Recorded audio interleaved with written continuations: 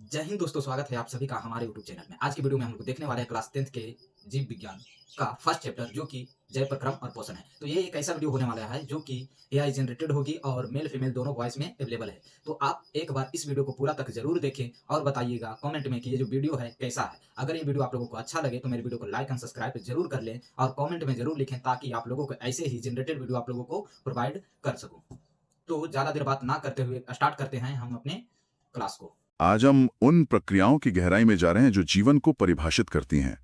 हमारे सामने जैव प्रक्रम पर कुछ नोट्स हैं जो हमें ये समझने में मदद करेंगे कि एक जीवित शरीर आखिर चलता कैसे है।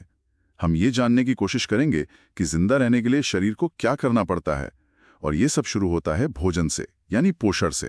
बिल्कुल, ये समझना बहुत दिलचस्प है कि कैसे एक छोटे से अमीबा से लेकर हम इंसानों तक हर जीव ऊर्जा और शरीर बनाने के सामान की एक ही बुनियादी समस्या को हल करता है। ये वो मशीनरी है जिसके बिना जीवन की गाड़ी आगे नहीं बढ़ सकती। तो चलिए इस मशीनरी को खोलकर देखते हैं। सबसे पहले ये जैव प्रक्रम या लाइफ प्रोसेस है क्या? हमारे नोट्स बताते हैं कि ये शरीर के अंदर होने वाली वे सारी क्रियाएं हैं जो उसे टूट फूट से बचाती हैं। एक तरह से ये हमारे शरीर की मेंटेनेंस टीम है। हमारे शरीर में लगातार कुछ न कुछ टूटता बनता रहता है। अगर ये मेंटेनेंस रुक जाए तो शरीर खुद को बनाए नहीं रख सकता। ये एक लगातार चलने वाला मरम्मत का काम है। हमारे नोट्स में 4 मुख्य प्रक्रियाओं की बात की गई है। पोषण मतलब न्यूट्रिशन, श्वसन यानी रेस्पिरेशन, वहन ट्रांसपोर्टेशन, और उत्सर्जन यानी एक्सक्रीशन। आज हम पहली और सबसे जरूरी कड़ी यानी पोषण पर ही ध्यान देंगे। ये सही रहेगा क्योंकि बाकी सभी प्रक्रियाओं को चलाने के लिए जो ऊर्जा चाहिए वो आती तो पोषण से ही है। ये पूरी मशीनरी का ईंधन है। तो पोषण को परिभाषित कैसे किया गया है? ये वो प्रक्रिया है जिसमें कोई जीव भोजन ग्रहण करता है और फिर अंदर मौजूद जैव रासायनिक प्रक्रियाएं उस जटिल भोजन को सरल पदार्थों में तोड़ देती हैं, ताकि वे खून में मिलकर शरीर के काम आ सकें। और सरल भाषा में कहें तो ये सिर्फ खाना नहीं है, बल्कि उस खाने को ऐसे रूप में बदलना है जिसे आपकी एक एक कोशिका इस्तेमाल कर सके। ये अब कच्चे माल को उपयोगी हिस्सों में तोड़ने जैसा है। अच्छा, भोजन के 3 मुख्य मकसद होते हैं। पहला, ऊर्जा पाना, जो कार्बोहाइड्रेट और वसा से मिलती है। दूसरा, शरीर बनाना, जिसके लिए प्रोटीन और खनिज चाहिए। और तीसरा, बीमारियों से लड़ना, जिसके लिए विटामिन हमारे बॉडीगार्ड हैं। और इन मकसदों को पूरा करने के लिए भोजन में 7 चीजें होती हैं: कार्बोहाइड्रेट, वसा, प्रोटीन, खनिज लवण, विटामिन, जल और रूक्षांश यानी रफेज, जिसे हम फाइबर भी कहते हैं। अब यहां से मामला और दिलचस्प हो जाता है। पोषण के 2 मुख्य तरीके हैं। पहला है स्वपोषी पोषण यानी ऑटोट्रॉफिक न्यूट्रिशन। स्वपोषी यानी जो अपना पोषण खुद करें। ये जीव अपना खाना खुद बनाते हैं, किसी दूसरे पर निर्भर नहीं रहते। ये प्रकृति के शेफ हैं। वे बस हवा से कार्बन डाइऑक्साइड, जमीन से पानी लेते हैं और सूरज की रोशनी की मदद से अपना भोजन तैयार कर लेते हैं। इसका सबसे बेहतरीन उदाहरण तो हरे पौधे हैं, और उनकी इस रसोई का नाम है प्रकाश संश्लेषण यानी फोटोसिंथेसिस। ये प्रक्रिया भारी पदार्थों को ऊर्जा में बदलने का एक जादू है। पौधे कार्बन डाइऑक्साइड और पानी जैसी साधारण चीजों को सूरज की रोशनी और क्लोरोफिल की मौजूदगी में कार्बोहाइड्रेट यानी अपने भोजन में बदल देते हैं। तो ये प्रकृति की अपनी सोलर पावर से चलने वाली फैक्ट्री है, जो साधारण कच्चे माल को ऊर्जा से भरपूर भोजन में बदल देती है। इस प्रक्रिया के लिए 4 चीजें चाहिए ही चाहिए: सूरज की रोशनी, क्लोरोफिल, कार्बन डाइऑक्साइड और पानी। नोट्स में एक बड़ी रोचक बात लिखी है। पत्तियों का हरा रंग क्लोरोफिल की वजह से होता है, जो क्लोरोप्लास्ट नाम के छोटे छोटे हिस्सों में पाया जाता है। यही क्लोरोप्लास्ट असल में पौधे के सोलर पैनल हैं, है ना? जो सूरज की रोशनी को पकड़कर उसे रासायनिक ऊर्जा में बदलते हैं। बिल्कुल। और गैसों का लेन देन यानी कार्बन डाइऑक्साइड को अंदर लेना पत्तियों पर मौजूद छोटे छोटे छेदों से होता है, जिन्हें हम रंध्र या स्टोमेटा कहते हैं। अच्छा। ये स्टोमेटा दाढ़ कोशिकाओं से घिरे होते हैं, जो तय करते हैं कि ये कब खुलेंगे और कब बंद होंगे। प्रक्रिया के दौरान प्रकाश ऊर्जा पानी के अणुओं को हाइड्रोजन और ऑक्सीजन में तोड़ देती है, और फिर यही हाइड्रोजन कार्बन डाइऑक्साइड के साथ मिलकर ग्लूकोज बना लेता है। नोट्स में एक रासायनिक समीकरण भी है, 6CO2 + 12H2O, फिर तीर के ऊपर सूर्य का प्रकाश और क्लोरोफिल, और फिर बनता है C6H12O6 + 6O2 + 6H2O। इसे आसान भाषा में समझें तो कार्बन डाइऑक्साइड और पानी मिलकर सूरज की रोशनी और क्लोरोफिल की मदद से ग्लूकोज बनाते हैं जो पौधे का भोजन है। और साथ में ऑक्सीजन जो हम सांस में लेते हैं। हाँ, और थोड़ा पानी भी। यहाँ ये याद रखना भी जरूरी है कि सिर्फ ग्लूकोज से काम नहीं चलता है।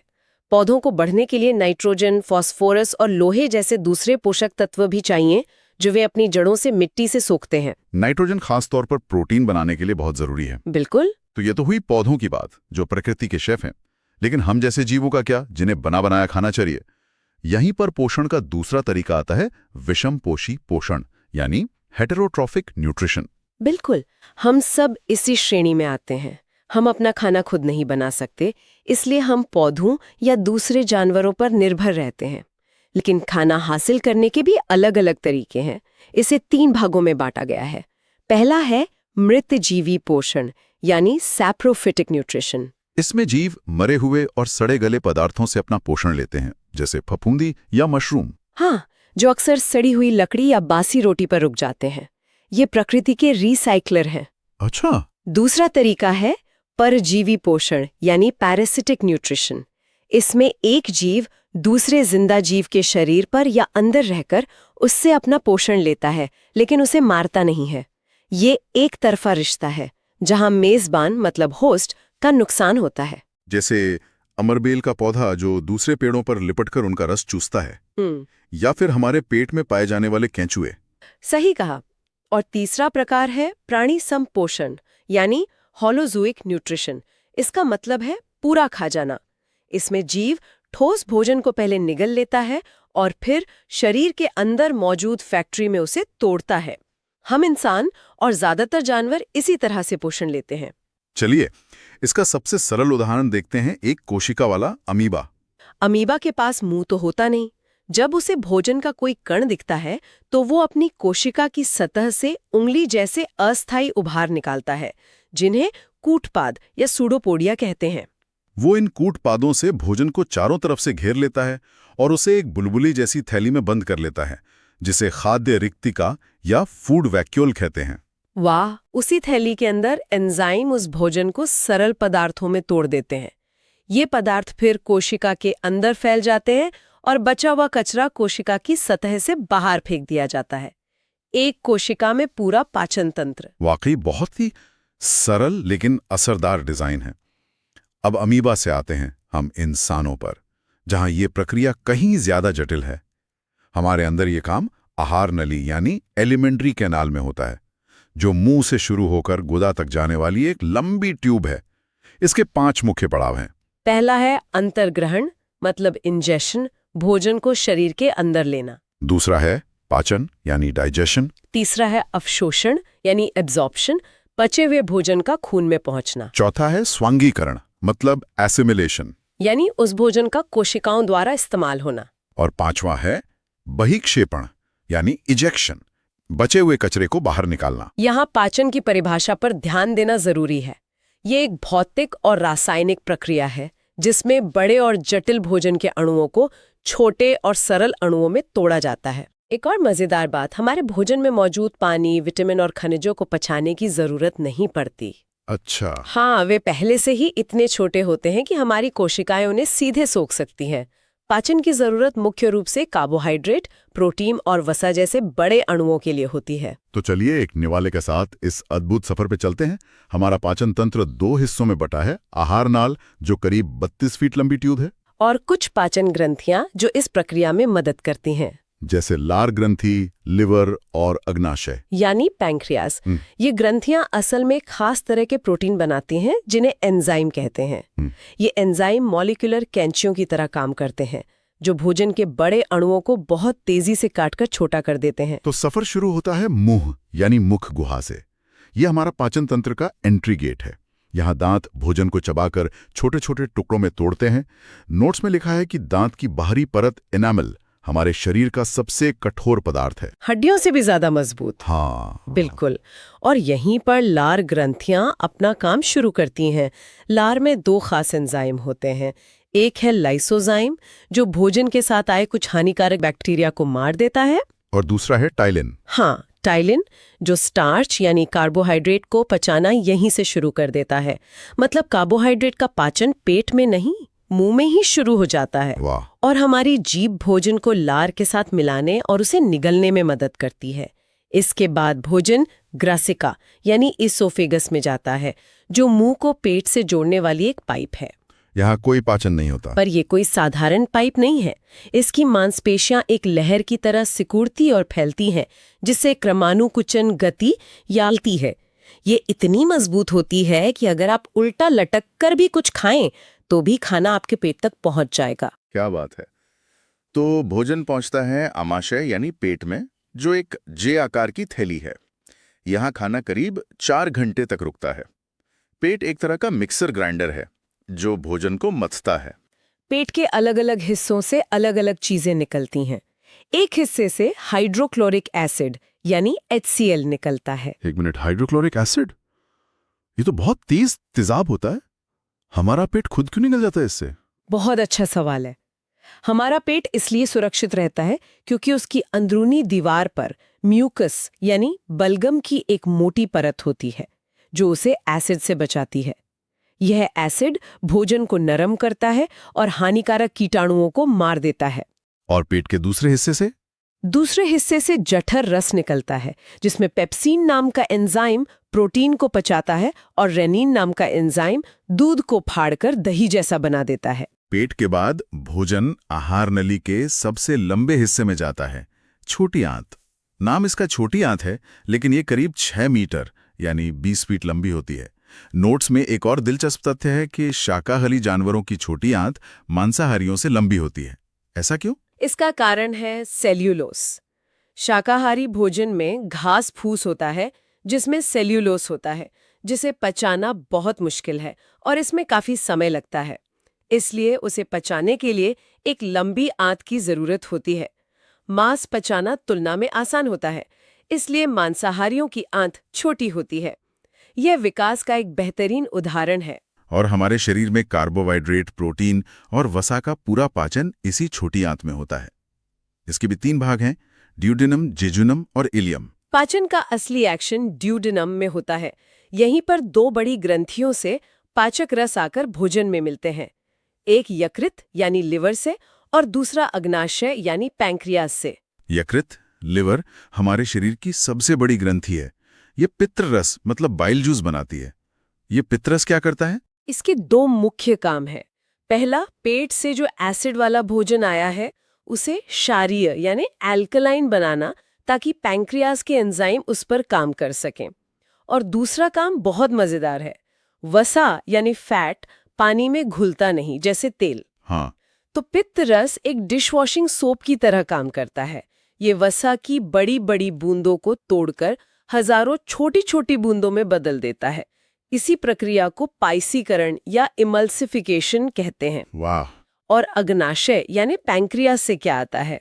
नोट्स में इसे याद रखने के लिए एक ट्रिक दी है, LAT। हाँ, L से लाइपेज, A से एमाइलेज और T से ट्रिप्सिन।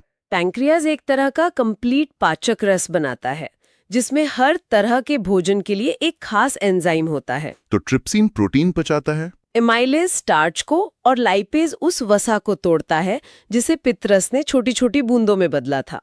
इन तीनों के काम करने के बाद भोजन के लगभग सभी पोषक तत्व अपने सबसे सरल रूप में टूट जाते हैं। इसके बाद भोजन छोटी आंत के आखिरी हिस्से इलियम में पहुंचता है। यहाँ पचे हुए भोजन को सोखने का काम होता है। इसकी अंदरूनी दीवार पर लाखों उंगली जैसी छोटी छोटी रचनाएं होती हैं, जिन्हें विली कहते हैं। और ये विली कमाल की चीज है। ये भोजन को सोखने के लिए सतह का क्षेत्रफल इतना ज्यादा बढ़ा देती हैं कि अगर इसे फैलाया जाए तो यह एक टेनिस कोर्ट के बराबर जगह घेर लेगी। एक टेनिस कोर्ट जितनी जगह हमारे अंदर, ये तो अविश्वसनीय है। मतलब हमारा शरीर जगह का कितना स्मार्ट इस्तेमाल करता है। बिल्कुल।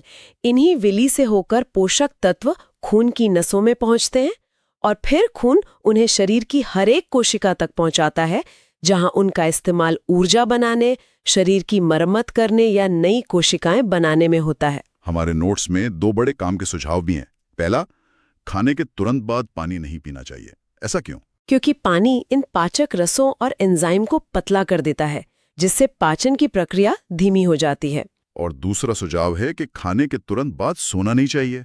इसकी वजह ये है कि पाचन के लिए बहुत सारे खून को पेट की तरफ जाना पड़ता है, जिससे दिमाग में खून की सप्लाई थोड़ी कम हो जाती है और हमें नींद आने लगती है। लेटने से पाचन और धीमा हो सकता है। तो अब जो भोजन पच नहीं पाया, उसका क्या होता है? वो बड़ी आंत यानी लार्ज इंटेस्टाइन में जाता है। यहाँ कोई पाचन नहीं होता। इसका मुख्य काम है बचे हुए भोजन में से पानी को सोख लेना।